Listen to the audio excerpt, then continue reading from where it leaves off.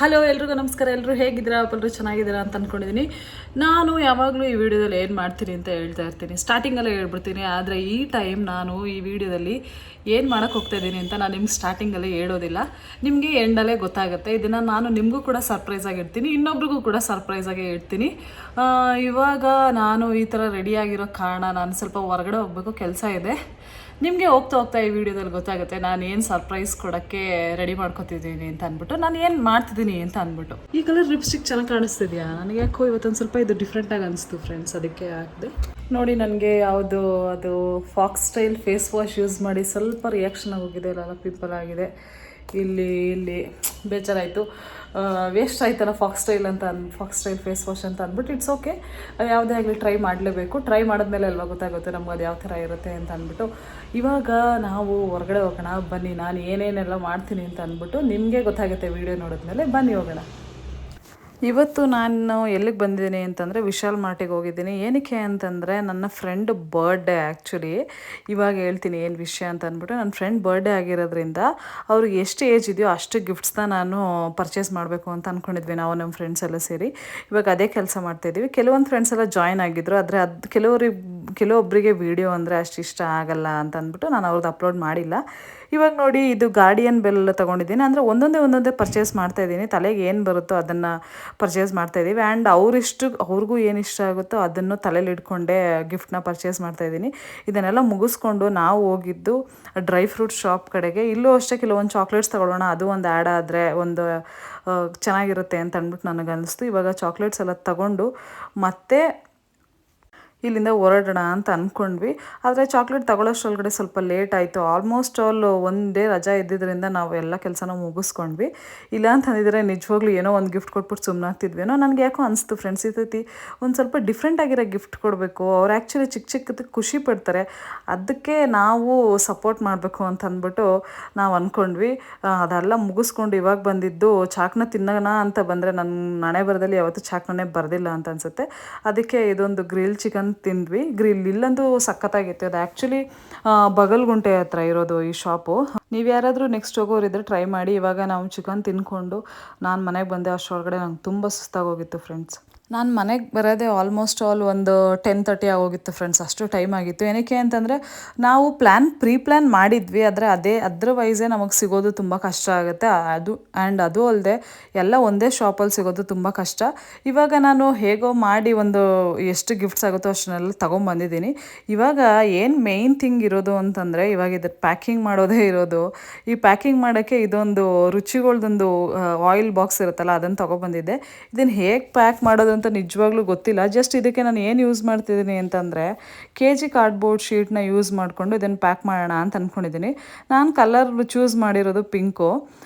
ಈ ಪಿಂಕ್ ಕಲರ್ನ ನನಗೆ ಬಾಕ್ಸಿಗೆ ಹೇಗೆ ಸುತ್ತಬೇಕು ಅಂತಲೇ ನನಗೆ ಅರ್ಥ ಆಗಿಲ್ಲ. ಅದಕ್ಕೆ ನನ್ನ ತಲೆಗೆ ಹೇಗೆ ಬಂತು ಅದೇ ಥರ ಸುತ್ತಿದೆ.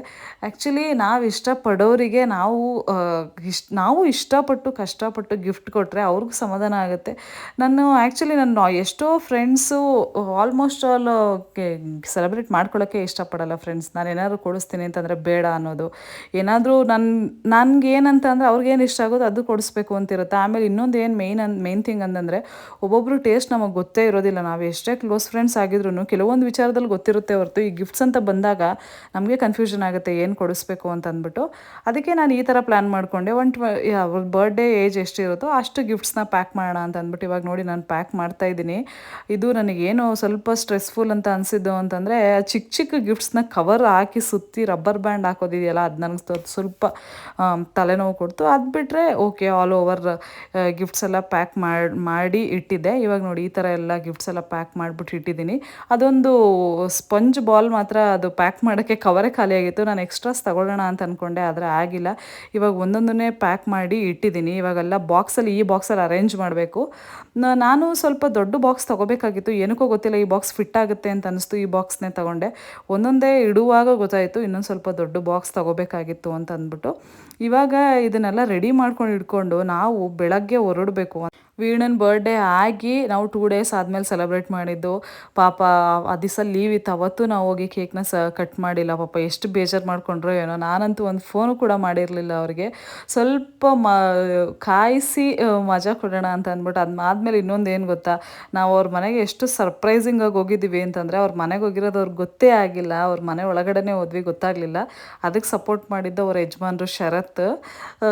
ಅದಾದಮೇಲೆ ಹೋಗಿ ರೂಮಲ್ಲಿ ಲಾಕ್ ನಾವೇ ಮಾಡ್ಕೊಂಡ್ವಿ. ಅದಾದಮೇಲೆ ಅವ್ರಿಗೆ ಗೊತ್ತಾಗಿದ್ದು ನಾವು ಬಂದಿದ್ದೀವಿ ಅಂತ ಅಂದ್ಬಿಟ್ಟು. ಇವಾಗ ನಾನು ತೋರಿಸ್ತೀನಿ ನೆಕ್ಸ್ಟ್ ನಾವು ಹೋಗಿದ್ದೆಲ್ಲ. ನಾವು ನೆಕ್ಸ್ಟ್ ಡೇ ಆಫೀಸ್ ಮುಗಿಸ್ಕೊಂಡು ಹೊರಟ್ವಿ. ಅಷ್ಟರೊಳಗಡೆ ಆಗಲೇ ಮಳೆ ಶುರುವಾಗೋಗಿತ್ತು. ಓಕೆ ಪರವಾಗಿಲ್ಲ ಅಂತಂದ್ಬಿಟ್ಟು ಮಳೆಲೇ ಹೋದ್ವಿ. ನೆಕ್ಸ್ಟ್ ವೀಣಂಗೆ ಗೊತ್ತಿಲ್ಲದಂಗೆ ಮನೆ ಒಳಗಡೆ ಹೋಗಿ ಅವ್ರಿಗೆ ಆಮೇಲೆ ಗೊತ್ತಾಯ್ತು ಆಬ್ವಿಯಸ್ಲಿ. ನಾವು ಆಮೇಲೆ ಈ ಥರ ಎಲ್ಲ ಡೆಕೋರೇಷನ್ ಮಾಡಿದ್ವಿ, ಸಿಂಪಲಾಗೇ ಮಾಡಿದ್ವಿ. ನಮ್ಮ ಮೈಂಡಲ್ಲಿ ಆ್ಯಕ್ಚುಲಿ ಬೇರೆ ಥರ ಪ್ಲ್ಯಾನ್ ಇತ್ತು. ಟೈಮ್ ಶಾರ್ಟೇಜ್ ಆಗಿರೋದ್ರಿಂದ ನಾವು ಜಾಸ್ತಿ ಡೆಕೋರೇಷನ್ ಮಾಡೋಕ್ಕಾಗಿಲ್ಲ. ಅದಕ್ಕೆ ಸ್ವಲ್ಪ ಸಿಂಪಲಾಗೇ ಇರಲಿ ಅಂತ ಅಂದ್ಬಿಟ್ಟು ನಾವು ಈ ಥರ ಡೆಕೋರೇಷನ್ ಎಲ್ಲ ಮಾಡ್ಕೊಂಡಿದ್ದೀವಿ. ಆ ಬಲೂನ್ ಎಷ್ಟೆಷ್ಟು ಬೇಗ ಓದಿದ್ದಾರೆ ಅಂತಂದರೆ ನನ್ನ ಫ್ರೆಂಡ್ಸು ಪಾಪ ನಿಜವಾಗ್ಲೂ ಹ್ಯಾಟ್ಸ್ ಆಫ್ ಹೇಳ್ಬೇಕು ಅವರಿಗೆ. ಇವಾಗ ಸೆಲೆಬ್ರೇಷನ್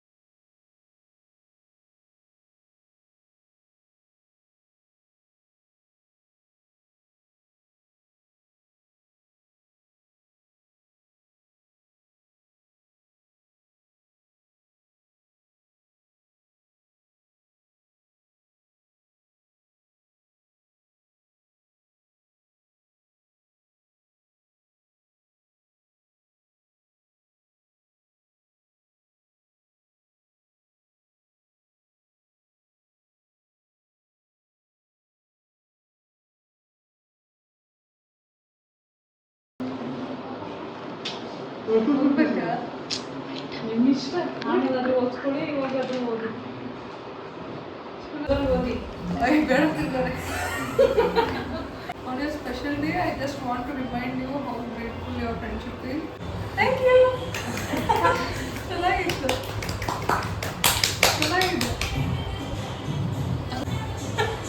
ಬೇಡ.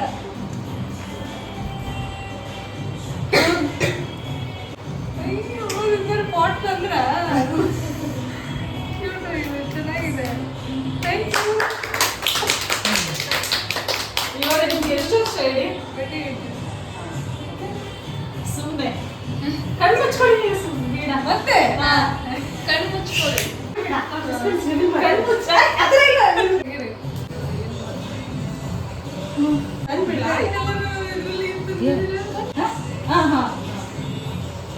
ಏನಿಲ್ಲ, ಸುಮ್ಮನೆ ಮಳೆ ನೆನೆಯುತ್ತೆ ಅಂತ ಹಾಕೊಂಡ್ ಬಂದಿದ್ವಿ ಅಷ್ಟೇ.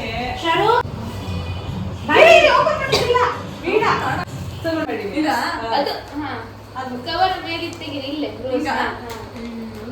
ಆರಿಸ್ತೀರ ನೀವು ಹಿಂಗ್ ತೆಗೀರಿ ಅಂತ. ಅದು ಮೇಲೆ ತೆಗೀರಿ, ರೋಸ್ ತೆಗೀರಿ ಮೇಲೆ. ಲೈಟ್ ಗೊತ್ತಾಯ್ತು.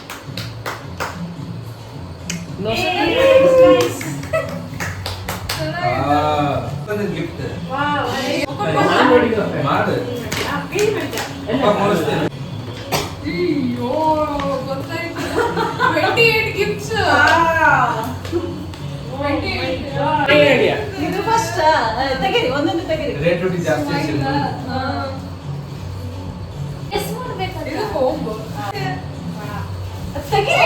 ಅಯ್ಯೋ ಕಣ್ಣು ಮುಚ್ಕೊಂಡು ನಮ್ಗೆ ತೆಗಿಬೇಕು. ತೆಗೀರಿ, ನೋಡ್ಬೇಡಿ, ಒಟ್ಟಲ್ಲಿ ಮೇಲೆ ಒಬ್ಬರು ತೆಗೀರಿ. ಓಪನ್ ಮಾಡಿ. ಚೆನ್ನಾಗಿದೆ. ಇದು ಡಾಲರ್ ಅಲ್ವಾ?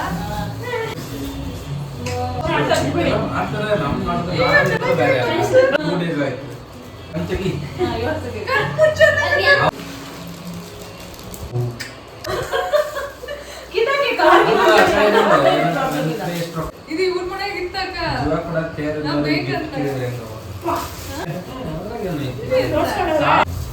Okay stickers.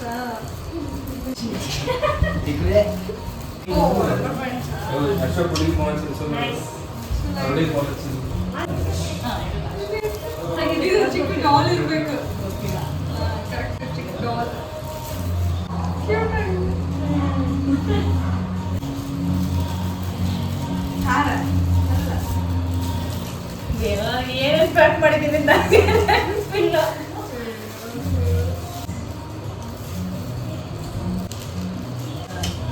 ಚೆನ್ನಾಗಿದೆ. ಏನ್ ತಿಂತಾರೆ? ಯಾವಾಗಾದ್ರೂ ಹುಡುಕಿದ್ರೆ ಇದನ್ನ ಗಾರ್ಡಿಯನ್ ಬೆಲ್. ನನ್ನ ಫ್ರೆಂಡಿಗೆ ಕೊಡ್ಸಿದ್ದಾರೆ ಚೆನ್ನಾಗಿದೆ. ಬ್ರಾಸ್ಲೆಟ್ ಎಲ್ಲ ಇದು ಐತಿ ಸಮಥಿಂಗ್ ಮನಿ ಇದು ಮಾಡಿದ್ರಲ್ಲ ಕ್ಯಾಂಡಲ್ ಒಳ್ಳೆ ಟಾಪ್ ಇದು ಎಂತ ಸ್ಟಾರ್ಟಿಂಗ್ ಏನೋ ಮಾಡಿದ್ದಾರೆ. ಅದೇ ಕಾರ್ಡ್ಸ್ ಎಲ್ಲ ATM ಕಾರ್ಡ್ಸ್ ಎಲ್ಲ ಇಡೋದು. ಚೆನ್ನಾಗಿದೆ. ಡಿಫ್ರೆಂಟ್ ಐತೆ. ಇದು ಓಕೆ ಇದು ಇದೆಲ್ಲ ನತ್ರ